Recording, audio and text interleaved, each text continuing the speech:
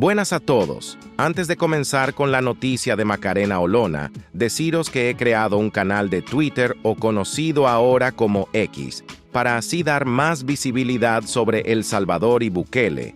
En la descripción está el enlace por si os animáis a dar un buen follow, amigos. Muchas gracias y ahora vamos con la noticia. La exdiputada española Macarena Olona, conocida por sus opiniones contundentes, ha vuelto a generar titulares tras su aparición en un programa de televisión en el que defendió abiertamente al presidente de El Salvador, Nayib Bukele, y criticó al filántropo George Soros. En su intervención, Olona resaltó la efectividad de las políticas de seguridad implementadas por Bukele y manifestó que, como española, antes de estas medidas nunca se habría atrevido a visitar El Salvador debido al temor que generaban las pandillas. Y si no lo creéis, escuchad este fragmento de la entrevista que dio Macarena. Y mira, me vas a disculpar, no tiene nada que ver con lo que estamos comentando en este momento, pero si no lo digo, exploto. Adelante.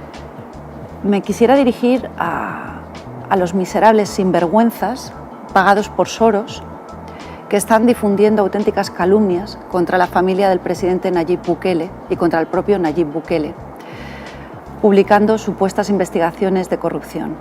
Y me quisiera dirigir a esos miserables sinvergüenzas para decirles que están atacando a la única esperanza que ha tenido el pueblo de El Salvador en décadas, con calumnias, con mentiras.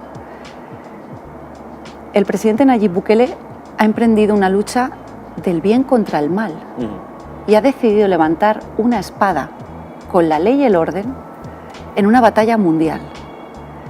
Yo dije en una entrevista que me sorprendía que el presidente siguiera con vida, porque los enemigos a los que se ha atrevido a enfrentarse son tantos, son tan poderosos y todos al mismo tiempo, que es un milagro que el presidente se mantenga con vida. Como no pueden acabar con él físicamente, están intentando acabar con él reputacionalmente.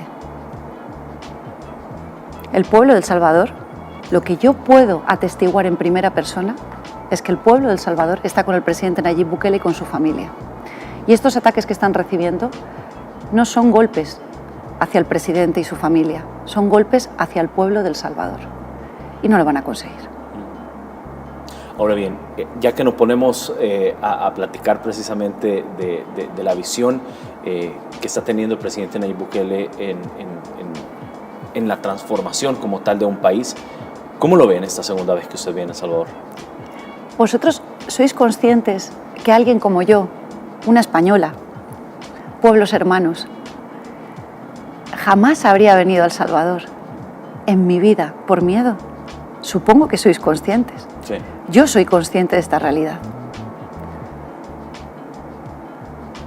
En El Salvador se está viviendo un milagro y hay que decirlo. Y esto no es una exageración. Se está produciendo un auténtico milagro, una transformación de la que hoy podemos hablar con cifras concretas. Ya no se pide un acto de fe al pueblo salvadoreño.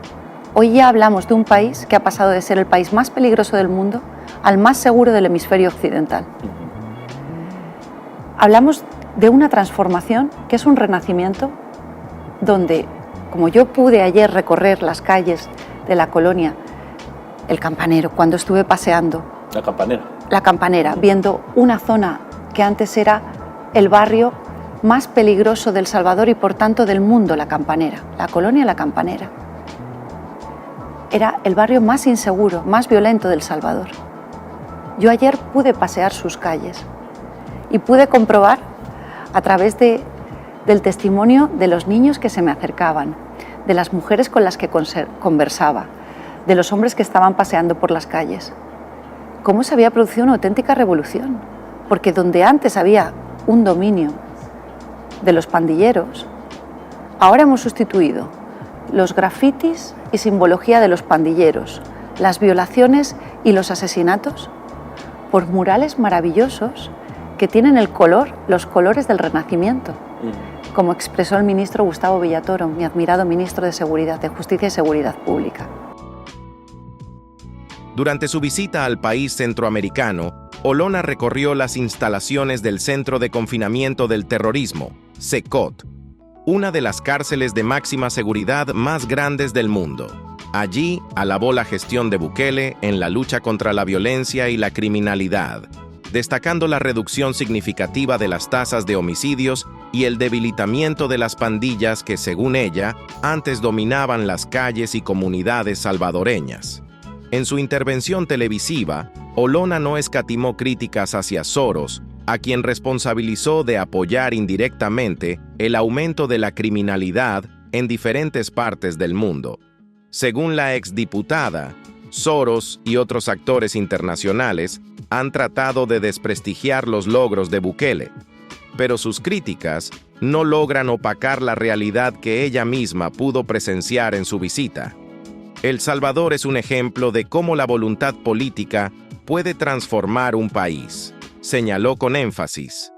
La visita de Olona al CECOT, junto con su declaración de que antes jamás habría ido a El Salvador, ha sido ampliamente comentada.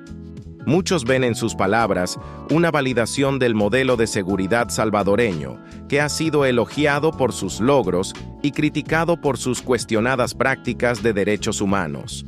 Sin embargo, Olona se mantuvo firme en su postura y elogió la determinación de Bukele de tomar decisiones difíciles para restaurar el orden en el país. Y ya para acabar, escuchemos qué piensa una española como Macarena sobre el régimen de excepción. Macarena, régimen de excepción, una herramienta constitucional que ha permitido darle la paz y la tranquilidad a los salvadoreños. A la hora de analizarlo, ¿cómo lo ve? Un instrumento fundamental, una pieza clave de la transformación del renacimiento que está viviendo El Salvador. Una pieza clave, fundamental, que entiendo que moleste a los criminales y a los cómplices de los criminales. Por supuesto que les molesta el régimen de excepción, porque es lo que ha permitido, ha sido el paraguas jurídico que ha permitido tolerancia cero con el crimen. El presidente Nayib Bukele lo expresó. El gobierno que no combate el crimen se convierte en cómplice. Pero además está combatiendo el crimen con los instrumentos constitucionales y legales. ¿Dónde está el problema? No ha habido un golpe de Estado. Ha habido una utilización constitucional y legal de un régimen que está previsto para situaciones como la que se han abordado en El Salvador, que es hacer frente a décadas de un crimen institucionalizado que había tomado por completo el control del gobierno. Hay algo muy importante, Armando, que a veces se nos olvida y no le damos la importancia debida. La confianza de los ciudadanos en las instituciones. Sí. El régimen de excepción ha sido clave para que hoy en El Salvador tengáis algo que era impensable hace 2 días, y es que los ciudadanos han recuperado la confianza en sus instituciones. Los ciudadanos ven que ahora hay una tolerancia cero de las autoridades con el crimen. Si antes los ciudadanos no denunciaban el crimen por miedo a perder la vida, por miedo a que el policía ante el que pusiesen la denuncia fuera un corrupto y les entregase a las pandillas, por miedo a que si el policía no era corrupto y entregaba al criminal a la justicia fuera corrupta, no denunciaban porque la justicia absolvería al criminal. Antes había miedo a que incluso si la justicia no era corrupta y condenaba al pandillero, ingresase el pandillero en prisión, pero el sistema penitenciario fuera corrupto y acabase el pandillero en la calle y por tanto el denunciante, el que denunciaba el crimen, acabaría muerto. Eso ha desaparecido por completo y se ha recuperado la confianza de los ciudadanos en las instituciones, en las autoridades, porque ven cómo una simple publicación en redes sociales de un acto criminal es identificado por las autoridades de El Salvador a través del Ministerio de Seguridad, a través por Ministerio de Defensa, con el ministro Monroy. Cómo se aprende en menos de 24 horas al delincuente, cómo se le captura y se le pone a disposición de las autoridades judiciales, donde recibe un juicio justo y acaba en un internamiento penitenciario donde desde luego se ha acabado con cualquier atisbo de corrupción. el ciudadano tiene la confianza que el gobierno actual del presidente Nayib Bukele va a cuidarle y va a protegerle, y no va a suceder como ocurría con anterioridad, que el gobierno lo que hacía era cuidar y proteger al criminal, porque el gobierno anterior era cómplice del criminal. Los falsos acuerdos de paz firmados en 1992 en El Salvador, lo que hicieron fue que precisamente los terroristas pandilleros se institucionalizaran, tomaran el poder y hubieran incluso pactos del crimen. Se acordó una cuota de crimen para que se pudiesen asesinar 1, 2 policías militares cada 3 días y sus familias, además de la corrupción institucionalizada. Con todo eso ha acabado el presidente Nayib Bukele. Ahora se entenderá mejor a qué me refería cuando yo expresé y reitero que es un milagro que el presidente se haya mantenido con vida, porque sus enemigos, los enemigos a los que se ha atrevido a enfrentarse para proteger al pueblo, son tantos y tan poderosos y todos a la vez, y los menos peligrosos son los pandilleros. Los enemigos más peligrosos, no adversarios, enemigos, son los de guante blanco que decimos en España, los corruptos, los que habían hecho del dinero de los salvadoreños su botín, porque eran auténticos saqueadores. Bueno, el narcotráfico, por ejemplo, hemos visto cómo el presidente Nayib Bukele ha dado duros golpes al narcotráfico, haciendo incautaciones millonarias en lejanas de alta mar, en lugares donde de pronto nunca se había llegado. Así mismo es, así mismo es. Y teníamos unas imágenes por ahí, me confirma producción si las podemos pasar nuevamente, y es lo que pasó hace un par de años en los gobiernos del FMLN, primero y segundo gobierno, donde se instauró la tregua entre pandillas, que fue avalado por el mismo gobierno del FMLN, respaldado incluso el presidente Mauricio Funes llegó a Naciones Unidas para glorificar y ejemplificar este acuerdo que habían llegado con las pandillas.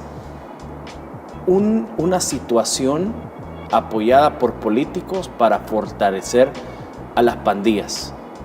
Y creo yo que si no se hubiera instaurado eso en el pasado, Macarena, y no sé si usted comparte esta opinión, creo que este cáncer ya fuera historia. Pero todavía falta por hacer, y el presidente lo ha dicho, falta todavía por agarrar y por capturar a más pandilleros. Pero creo que el tema de la tregua entre pandillas, apoyado por el FMLN, fortaleció a estos grupos criminales. ¿Qué escuchó usted de España? Yo lo expreso diciendo que institucionalizó el crimen. Los falsos acuerdos de paz suscritos en 1992 lo que hicieron fue elevar el crimen a las sillas de gobierno, con la complicidad de los políticos.